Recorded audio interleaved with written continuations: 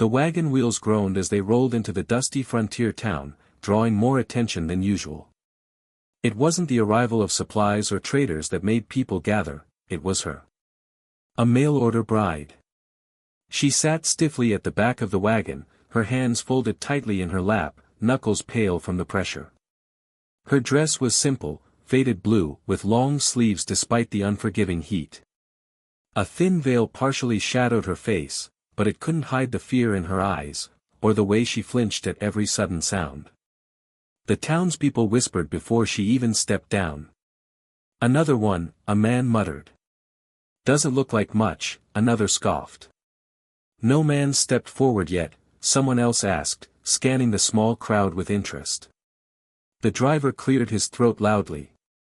"Mail-order bride, just as requested," he announced, though no one moved to claim her. That silence stretched longer than it should have. The young woman slowly rose to her feet, her movements careful, too careful. When she climbed down from the wagon, she stumbled slightly upon landing, catching herself before she could fall. A few people noticed. Most didn't care. But those who looked closer saw something unsettling. She didn't stand straight. Her shoulders curled inward, as if trying to make herself smaller.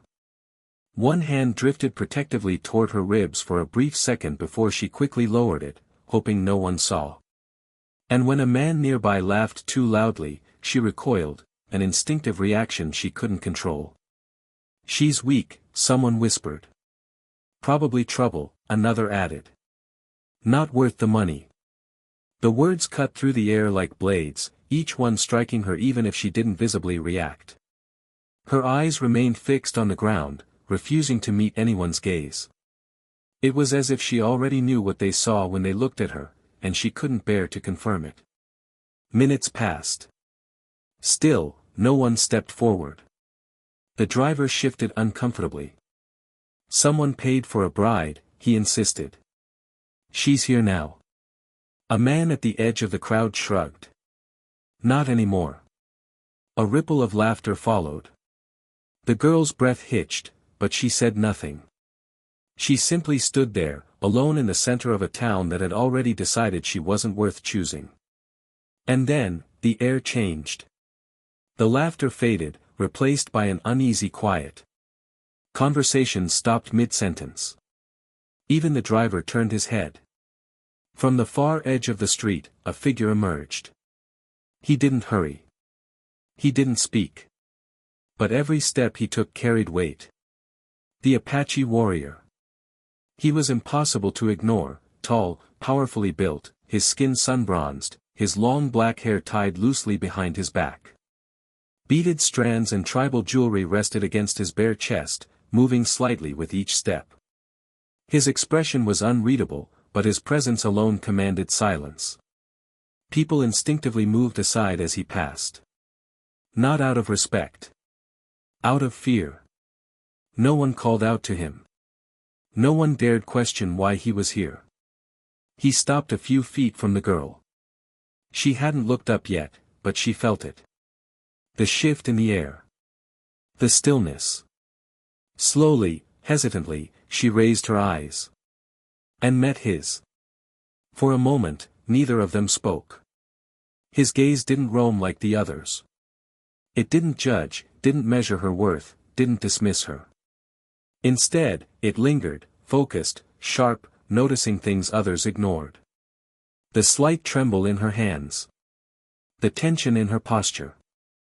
The way she favored one side when she stood. And then, the faint shadow beneath the fabric of her sleeve. Darkened skin, barely visible, but there. A bruise. His eyes narrowed slightly, not in suspicion, but in understanding. The girl quickly looked away, as if afraid he had seen too much. Around them, the crowd began whispering again. "What's he doing? He's not here for her, is he? He wouldn't." But no one finished the sentence. Because deep down, they knew something was different about this moment. The girl swallowed hard, her voice barely more than a whisper. I can leave," she said, though no one had asked her to speak. "I won't be any trouble." It was the first thing she'd said since arriving. And it revealed everything. She expected rejection. She expected to be sent away. She expected nothing. The Apache didn't respond right away. Instead, he took one slow step closer. Close enough now to see the fear she tried so desperately to hide. Close enough to notice the truth beneath the surface. The town held its breath. Because something was about to happen, something none of them expected. And for the first time since the wagon arrived, someone was finally looking at her like she mattered. The silence stretched so long it began to feel heavy, like the entire town was holding its breath, waiting for something to break. The Apache warrior stood before her, close enough now that she could see the fine details others never dared notice. The faint scar along his shoulder. The steady rise and fall of his chest. The way his eyes didn't wander, didn't judge, didn't mock. They simply saw. And that terrified her more than anything else. Because being seen meant being known. And being known meant someone might discover the truth she had tried so hard to hide. Her fingers tightened around the fabric of her dress. I said. I won't be trouble, she repeated softly, her voice trembling despite her effort to steady it. You don't have to. Who hurt you? The words cut through her sentence like a blade. Not loud. Not aggressive. But firm. Certain. The kind of question that didn't allow escape. Her breath caught instantly. For a moment, she thought she had imagined it. That no one would dare ask something like that in front of a crowd that had already decided her fate. But when she looked up again, his gaze hadn't shifted. He meant it. The whispers around them grew louder. What kind of question is that? She probably brought it on herself. Don't get involved, someone warned under their breath. But the Apache didn't move. Didn't even glance at them. His attention remained entirely on her. Waiting. Not demanding. Just, waiting. The girl's lips parted slightly, but no words came out. Her throat tightened, panic rising fast. No one had ever asked her that before, not like this. Not without accusation hiding beneath the concern. Her instinct screamed at her to deny it. To smile. To pretend. To say she was fine. But something about the way he stood there, calm, unshaken, patient, made the lie feel impossible. Her eyes began to sting. She tried, but her voice broke. She quickly looked down again, shaking her head. It doesn't matter, she whispered. It's over now. A weak answer. A practiced one. The kind meant to end conversations before they began. But it didn't work on him. He took another step closer. Not enough to invade her space, but enough to make one thing clear. He wasn't going anywhere. It matters, he said quietly. No anger. No pity. Just truth. And somehow, that made it worse. Because her chest tightened, her carefully built walls beginning to crack under the weight of something unfamiliar. Care. Real care. Her breathing grew uneven. She could feel the eyes of the entire town on her, waiting, judging, expecting her to fail somehow. To say the wrong thing. To prove them right. She couldn't do this here. Not in front of them. Please, she whispered, barely audible now. Don't ask me that. It wasn't refusal. It was fear. The Apache studied her for a long moment. Then, slowly, he nodded. Not because the question no longer mattered. But because he understood. The crowd shifted, restless. So what now? A man called out. You taking her or not? A few chuckles followed, but they were uneasy now. Because the moment had changed. The balance had shifted. The Apache finally straightened to his full height, his presence commanding attention without effort. He reached into a small pouch at his side and pulled out a few coins, just enough to silence any remaining doubt. Without looking away from her, he handed them to the wagon driver. "I'll take her." The words landed like thunder. The crowd erupted immediately. "You're serious? She's damaged. You don't even know what you're getting." But he ignored every single one of them. Because his decision had nothing to do with them. The girl's head snapped up in shock, her eyes wide with disbelief. "Wait," she stammered. "You don't have to do that. I told you, You said you wouldn't be trouble," he interrupted calmly. She froze. "You were wrong." Her heart sank instantly, humiliation flooding her chest. Of course. Of course he would say that. Why wouldn't he? But then. "You deserve better than this." The words hit her harder than anything else that day. She stared at him, unable to process what she had just heard. Better? No one had ever said that to her before. Not once. The driver quickly took the coins, eager to end the exchange. "She's yours," he said, stepping back as if relieved to be rid of the situation. The murmurs continued, but quieter now. Uncertain. Because this wasn't how these things usually went. The Apache turned back to her, his expression unchanged, but his voice softer now. "You can stay," he said. "Or you can walk away." Her breath caught again. A choice. He was giving her a choice. "I won't stop you." The simplicity of it made her chest ache. No conditions. No expectations. Just freedom. She glanced around the town, the faces that had already dismissed her, judged her, rejected her without hesitation. Then she looked back at him. The only person who had seen her, and asked why she was hurting. Her decision came quietly. But it changed everything. With trembling hands, she stepped forward, and placed them into his. The crowd fell completely silent. Because in that moment, something impossible had just happened. She hadn't been chosen. She had chosen. The journey away from the town was quieter than she expected. The young woman sat in the wagon beside the Apache warrior, keeping a careful distance between them. She held the edge of her worn shawl tightly around herself, staring at the endless desert landscape passing by. For the first time in many days, no one was shouting at her. No one was ordering her around. No one was telling her that she was worthless. Yet the silence felt strange. Almost frightening. She had spent so long surviving that she no longer knew what peace was supposed to feel like. The Apache noticed everything, but he said nothing. He didn't ask questions she wasn't ready to answer. He didn't force conversation just to fill the empty space.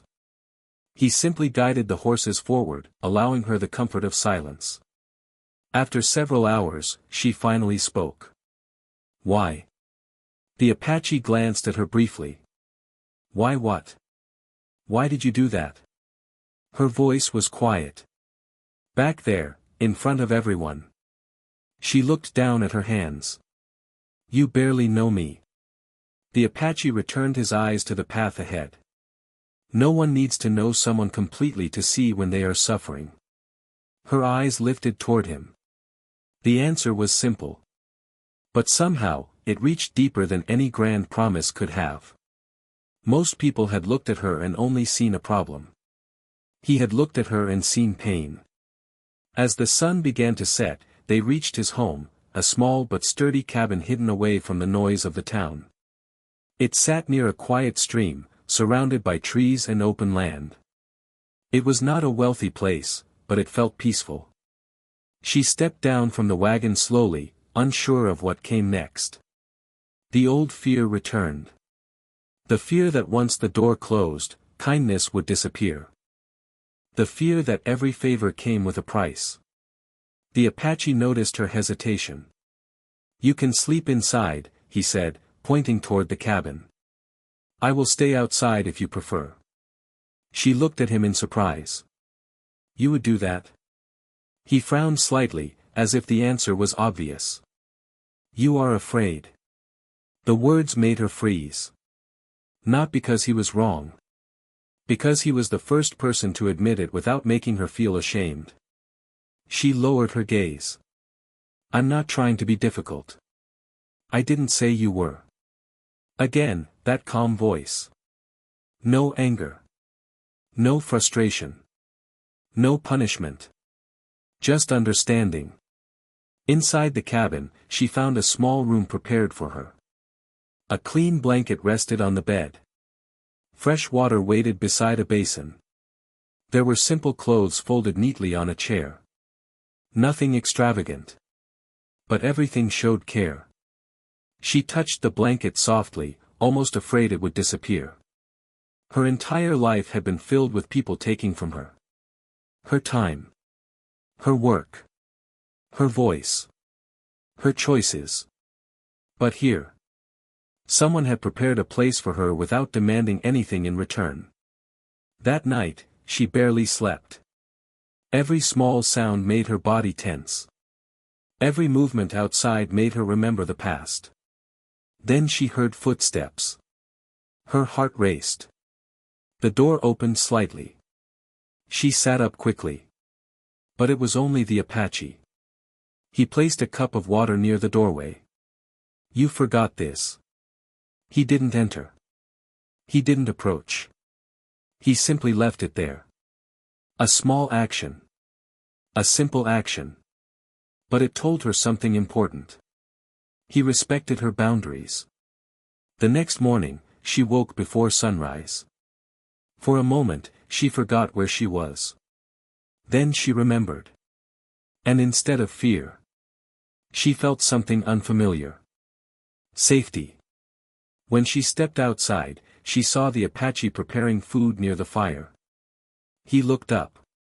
You should eat. She hesitated. I can work for it. His expression changed slightly. Not anger. Sadness. You don't have to earn food. The word struck her harder than he realized. Because somewhere along the way, she had learned that everything had to be earned. Kindness. Rest. Respect. Even the right to exist. She sat down slowly. For the first time in a long while, she ate a meal without rushing. Without watching someone's mood. Without wondering what mistake would bring punishment. Days passed. The Apache continued to give her space. He taught her where to find water. He showed her how to care for the animals. He repaired things around the cabin while she slowly regained her strength. But he never treated her like someone helpless. He treated her like someone healing. One afternoon, as she washed clothes near the stream, she caught her reflection in the water. She barely recognized herself. The frightened woman who arrived in town was still there. But she was changing. Not because someone saved her. Because someone finally reminded her that she was worth saving. And although the bruises beneath her dress had not completely faded, the fear in her eyes was beginning to disappear. But the Apache knew something she did not. Healing the body was easier than healing the heart. And one day soon, she would have to tell him the truth about who caused those wounds. The days that followed were unlike anything she had ever known. For the first time in years, she woke up without fear. No angry voices. No footsteps approaching with cruelty. No feeling that every mistake would cost her something. But even though the danger was gone, the memories remained. The bruises on her skin had begun to fade, but the wounds hidden inside her were much harder to heal. The Apache warrior noticed. He noticed the way she went quiet whenever the past came too close. He noticed how she still apologized whenever she needed something. A little more food. A warmer blanket. A moment to rest. She acted as if every kindness was a debt she had to repay. One evening, as the sun disappeared behind the mountains, she sat beside the fire while the Apache prepared their meal. The flames danced between them. For a long time, neither spoke. Then, softly, she said, "You must think I am strange." The Apache looked up. Why? She stared into the fire. Because I am afraid of things that are already gone. He placed the piece of wood in his hand down slowly. Some things leave even after they leave. Her eyes lifted. The wisdom in his words surprised her. You understand? He looked toward the darkening sky. I understand that pain does not disappear just because someone tells it to. Those words opened a door inside her. A door she had kept locked for a very long time. Her fingers tightened around the edge of her dress. There is something you should know. The Apache remained silent. Not impatient. Not demanding. Just waiting. She took a deep breath. When I came to that town, I was not just afraid because I didn't know anyone. Her voice trembled. I was afraid because I thought I had nowhere left to go. The fire cracked loudly. She looked down. The man who arranged my journey promised I would have a new life. He said I would be safe. Her expression hardened with painful memories. But when I arrived, I learned that promises are sometimes just words people use to get what they want. The Apache's face remained calm, but his eyes grew more serious. She swallowed. The man I was supposed to marry. She paused. The words were difficult. He was not kind. Silence filled the space between them. He wanted obedience, not a wife. He wanted someone who would never question him. Her hands began shaking. At first, I thought I could survive it. I told myself it would get better. She gave a small, broken laugh. It never did. The Apache looked away for a moment, controlling the anger rising inside him. Not anger toward her. Never toward her. Anger toward the person who had made her believe suffering was something she had to accept. She continued. The bruises. Her voice became barely a whisper. They were from him. The confession hung in the night air. For a moment, she expected the reaction she had always received. Disbelief. Judgment. Blame. But the Apache only sat there quietly. And somehow, his silence felt safer than any words. I tried to hide them, she admitted. Because I thought people would say it was my fault. Her eyes filled with tears. I thought no one would believe me. The Apache slowly leaned forward. Look at me. She hesitated. Then she did. You were never the reason someone chose to hurt you. Her lips trembled. You don't know that. I do. His voice was firm. Because a person's cruelty reveals who they are. Not the person they choose to hurt. The tears she had held back for months finally fell. Not because she was weak. Because, for the first time, she felt safe enough to stop pretending. The Apache did not reach for her. He did not assume she wanted comfort. He simply remained there. Giving her the one thing she had been denied for so long. A choice. After a while, she whispered, "Why are you helping me?" The Apache looked into the fire. Because someone should have.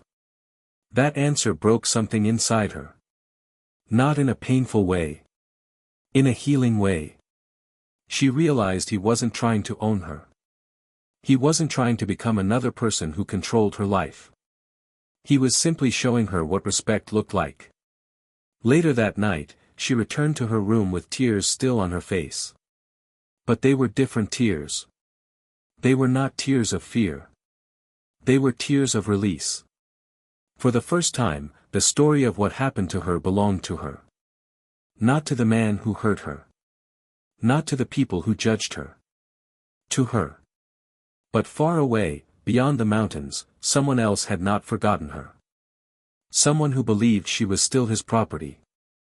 And soon, the past she escaped would come looking for her.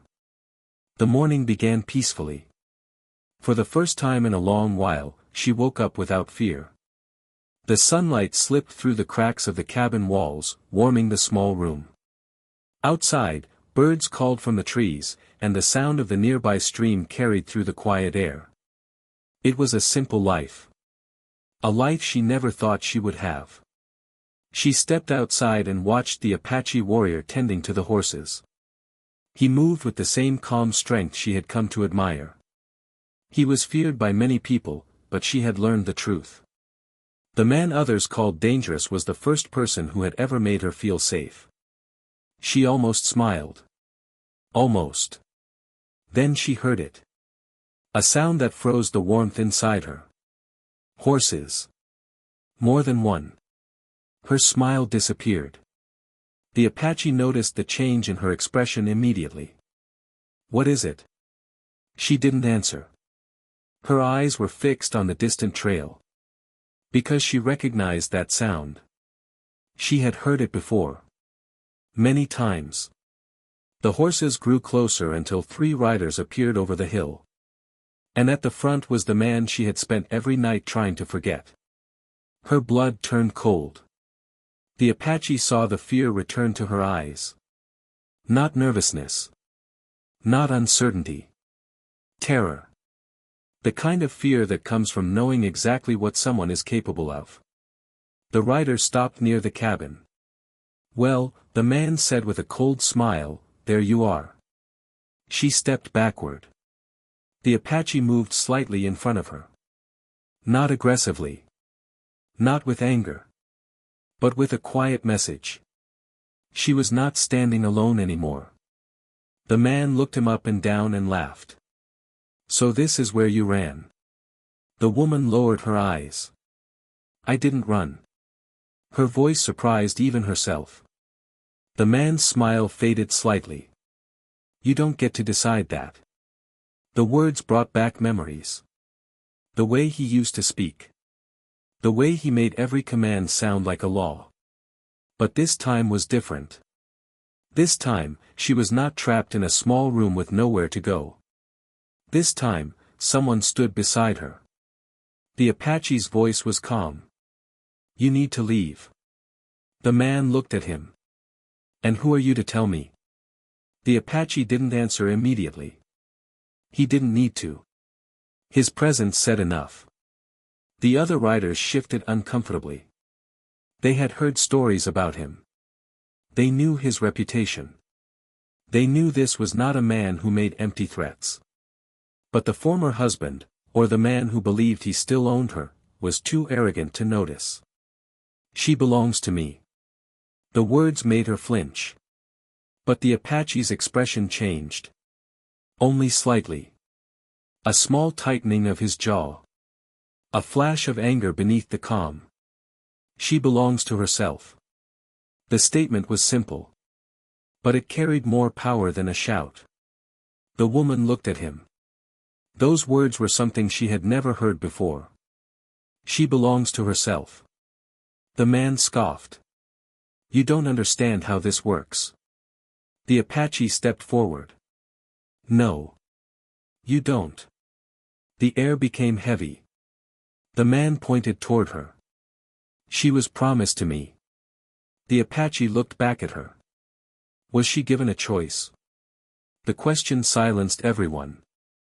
Because everyone knew the answer. The man looked away. And that was enough. The woman felt something change inside her. For years, she had believed her voice didn't matter. That other people decided her future. But now, standing behind the Apache, she realized something. Her past could follow her. But it could not control her anymore. The man tried one final time. "You think he will protect you forever?" The woman looked at him. And for the first time, she wasn't afraid. "No." Her voice was quiet. But strong. "I think I can protect myself." The Apache glanced at her with a hint of pride. That was what he wanted all along. Not a woman who needed saving. A woman who remembered her own strength. The former husband stared at her in disbelief. The frightened bride who arrived in town was gone. In her place stood someone who had found her voice. The confrontation ended with the men leaving, but the Apache knew this was not just about one battle. It was about something deeper. A person who had been treated like property had finally learned she was human. That night, she sat beside the fire again. But this time, she wasn't telling him her painful past. She was talking about her future. "What happens now?" she asked. The Apache looked into the flames. "Now you decide." She smiled faintly. A real smile. The first one he had ever seen. But neither of them knew that the hardest choice was still ahead. Because sometimes the greatest battle is not defeating the people who hurt us. It is learning that we deserve a life beyond the pain they caused. The days after the confrontation were different. Not because the danger had completely disappeared. Not because the past could simply be erased. But because something inside her had changed. For the first time in her life, she was no longer waiting for someone else to decide what happened next. She woke up each morning and made her own choices. She chose when to work. She chose when to rest. She chose what she wanted to say. Small things that seemed ordinary to others felt like miracles to her. The Apache noticed the change. He saw it in the way she walked. At first, she had moved like someone trying not to be noticed. Now, she walked with her shoulders higher. She looked toward the horizon instead of at the ground. The fear was still there sometimes. Healing was not a straight path. There were nights when memories returned. Moments when a loud sound made her freeze. Times when she questioned whether she was truly free. But every time, she reminded herself of one thing. She had survived. And she was still standing. One evening, as the sun painted the sky with golden light, she found the Apache sitting near the edge of the stream. For a while, she simply watched him. The man everyone feared. The warrior people whispered about. The man who had the strength to fight anyone. Yet had shown her the greatest strength of all. Kindness. "You are leaving," she said softly. The Apache looked up. He didn't pretend not to understand. "I thought you might want to return to town." Her heart tightened. "Why would you think that?" He looked toward the water. "Because you deserve a life you choose." The answer surprised her. Most people wanted to hold on to what they had. But he was willing to let her go. That was when she understood something. He had never rescued her so she would become his. He rescued her so she could become herself. She sat beside him. "I used to think freedom meant having nowhere to answer to." The Apache listened. "But I was wrong." She looked at the peaceful land around them. "Freedom means being able to choose where you belong." For the first time, the Apache looked uncertain. A warrior who had faced danger without fear suddenly seemed unsure. "And what do you choose?" The question hung between them. She thought about the frightened woman who arrived in that wagon. The woman who believed she was broken. The woman who thought nobody would ever see her as valuable. Then she thought about the man sitting beside her. The man who never demanded. Never controlled. Never took. Only gave. "I choose this." The Apache remained silent. She continued. "Not because I have nowhere else to go." Her voice grew stronger. "Because I want to be here." Something softened in his expression. A small smile appeared, the kind she had rarely seen. "You are certain?" She nodded. "For the first time in my life." The fire burned between them that night as they spoke about the future. Not as strangers. Not as someone who saved and someone who was saved. But as two people who had both known loneliness. She learned more about him too. The reason he lived away from towns. The losses he carried. The battles he had survived. She realized his scars were not only on his skin. He had wounds of his own. And somehow, two people who had both been hurt found a way to help each other heal. Months passed. The cabin that once felt unfamiliar became home. The land that once seemed endless became a place of peace. She learned new skills, helped care for the animals, and built a life she had once believed was impossible. And the Apache learned something too. That strength was not only found in fighting enemies. Sometimes strength was found in trusting another person with your heart. One morning, as they stood watching the sunrise, she smiled. "Do you remember the first thing you asked me?" The Apache looked at her. "Who hurt you?" She nodded. "At that moment, I thought you were asking about my bruises." She paused. "But you were really asking about my pain." The Apache said nothing. He didn't need to. She understood. Years later, people would still tell stories about the Apache warrior who lived beyond the mountains. Some would say he was fearless. Some would say he was dangerous. But those who truly knew him told a different story. They said he was the man who saw a broken woman when everyone else saw a burden. The man who asked one simple question. "Who hurt you?" And instead of taking her freedom away, he helped her find it. Because the greatest love story is not about someone being rescued. It is about someone remembering they were always worth saving. And sometimes, the person who changes your life forever is the one who simply chooses to see you.